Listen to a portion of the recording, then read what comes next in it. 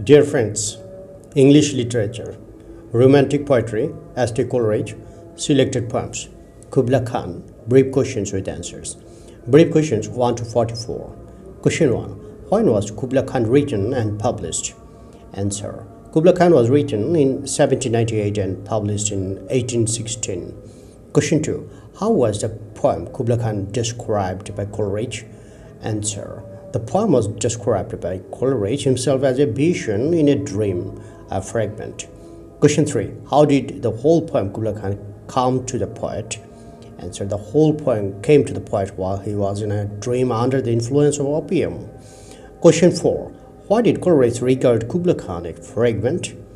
Answer. The whole poem came to him in a dream. When he woke up, he was able to write down only the 54 lines.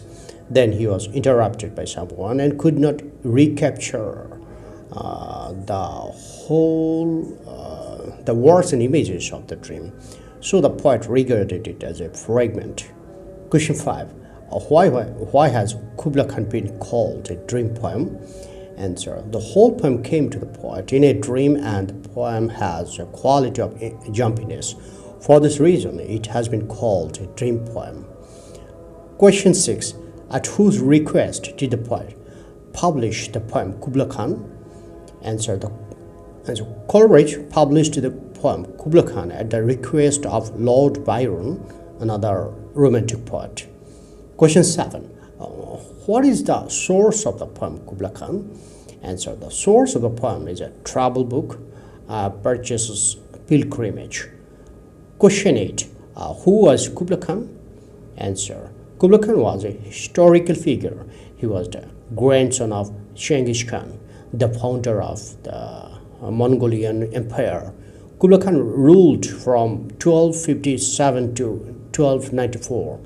As a great conqueror, he completed the subjugation of China. Question 9. What did Kubla Khan order? Answer. Kubla Khan ordered a pleasure house to be built for him in Xanadu on the bank of the sacred river, the Alf. Question 10. What is Xanadu? Answer. Xanadu was the summer capital of Kubla Khan. Question 11. What were the variant spellings of Xanadu? Answer. Xanadu was also spelled as Jandu, Jamtu, and Jaintu. Question 12. What is meant by the pleasure dome? Answer. It means a pleasure house with a dome, a house to which one retires for recreation or pleasure. Thus, it is meant to be a place of enjoyment. Question 13. What is the Elf? Answer. It is the name of a river, perhaps a contraction of Alpheus, a river Arcadia in Greece. Question 14. Why is the Elf considered to be a sacred river? And so the features of the river are similar to those of Nile, which the Egyptians considered sacred because of its waters fertilizing and the soil. So the Elf is considered to be a sacred river. Question 15. What does the sacred river symbolize? And so the sacred river symbolizes life. Question 16. How did the Elf flow? And so the Elf flowed through immeasurably deep caves and sank into the dark waters of the sea. Question 17. What does a sunless sea signify? Answer. A sunless sea signifies an infinity of death. Question 18. What kind of area was chosen for building the pleasure dome? Answer. An area of 10 square feet of land enclosed by walls and towers was chosen for building the pleasure dome. Question 19. What did the place chosen for building the pleasure dome have? Answer. The place chosen for building the pleasure dome had bright gardens, winding streams, aromatic trees, and old forests. Question 20. What is meant by sinuous rills? Answer. It means small streams following a winding zigzag course. Question 21. What is chasm? Why is it called romantic? Answer. Chasm is a deep hollow on the surface of the earth. It is said to be romantic because it arouses feelings of awe, mystery, and strangeness. Question 22. How did the Chisholm run down? Answer. The Chisholm ran down the slope of a green hill across a wood of cedar tree. Question 23. What is cedar? Answer. The cedar is a large evergreen tree remarkable for the durability and fragrance of its wood. Question 24. Why is the place chosen for pleasure tomb considered a savage place? Answer. The place chosen for pleasure tomb is considered a savage place because it could fill one with fear and dread. Question 25. What do the words holy and enchanted suggest? Answer. The words suggest all the terrors of magic and witchcraft. Question 26. As air beneath a waning moon has haunted, for what the waning moon is considered suitable? Answer. The waning moon is considered suitable for magic and witchcraft. Question 27. For whom was the woman wailing? Answer. The woman was wailing for her demon lover who deserted her after having made love to her. Question 28. What gushed out of the Chisholm?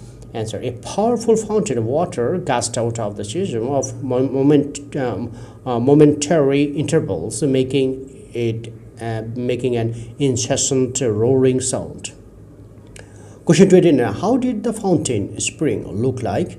Answer. The fountain spring, which emitted huge masses of water, looked like the gasping earth. Question 30. What did the huge masses of water from the spring do? Answer. The huge masses of water from the spring threw off large fragments of rocks that fell on the earth and rebounded like hailstones striking the earth. Question 31. Where did the elf sink into a lifeless ocean? Answer. After 5 miles of massive process, the elf reached immeasurably deep caves and finally sank into a lifeless ocean, making a loud noise. Question 32. Where did Kubla Khan hear the ancestral voices professing war? Answer. Amidst the loud noise of the water of the elf sunk into a lifeless ocean, Kubla Khan heard the departed spirits of his ancestors warning him about the wars ahead. Question 33. Where was the pleasure tomb built? Answer. The pleasure tomb was built somewhere midway between the fountain and the immeasurably deep caves. Question 34. Where was the shadow of pleasure tomb reflected? Answer. The shadow of the pleasure tomb was reflected on the waves of the sea. Question 35.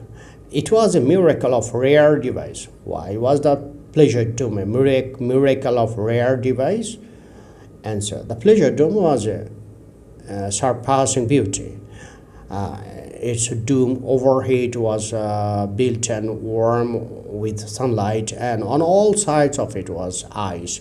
That's why it was called a miracle of rare device. Question 36. What was the Abyssinian maid doing? Answer. Chloris saw in a vision that the Abyssinian maid was playing on her dulcimer and singing of Mount Abora. Question 37. What is dulcimer? Answer. A dulcimer is a kind of a stringed musical instrument. It is played by striking the strings with two small hammers held in the hands. Question 38. What was the Abyssinian maid playing? Answer. The Abyssinian maid was playing on her dulcimer, a musical instrument. Question 39. What was the Abyssinian maid singing? Answer. The Abyssinian maid was singing a sweet song about Mount Abora. Question 40. What did the poet do if he could recapture the music and song of the Abyssinian maid? Answer. If the poet could recapture the music and song of the Abyssinian maid, he could write powerful poetry, describing vividly the sunny pleasure tomb of Kubla Khan with caves of ice. Question 41. And all who heard should see them there. How could all be able to see pleasure tomb and the waves of ice? Answer. All could be able to see pleasure tomb and the caves of ice in their imagination by listening to reading his powerful poetry written being revived the music and song of the Abyssinian maid. Question 42. and all should cry, beware, beware. Who should cry, beware, beware, and why?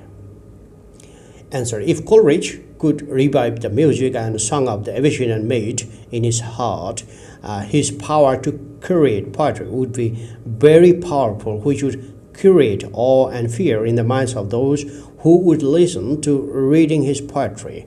For this reason, those who would listen to his reading his poetry would cry, beware, beware. Question 43. Wave a circle round him thrice. Who wave a circle round him thrice and why? Answer. The readers of his poetry written in his poetic frenzy 3 times will go round the poet to protect themselves from his musical powers. Question 44. What would make Coleridge a superhuman being? Answer. His poetic frenzy would make him a superhuman being fed on the honeydew and the milk of paradise. Thank you friends for watching my video.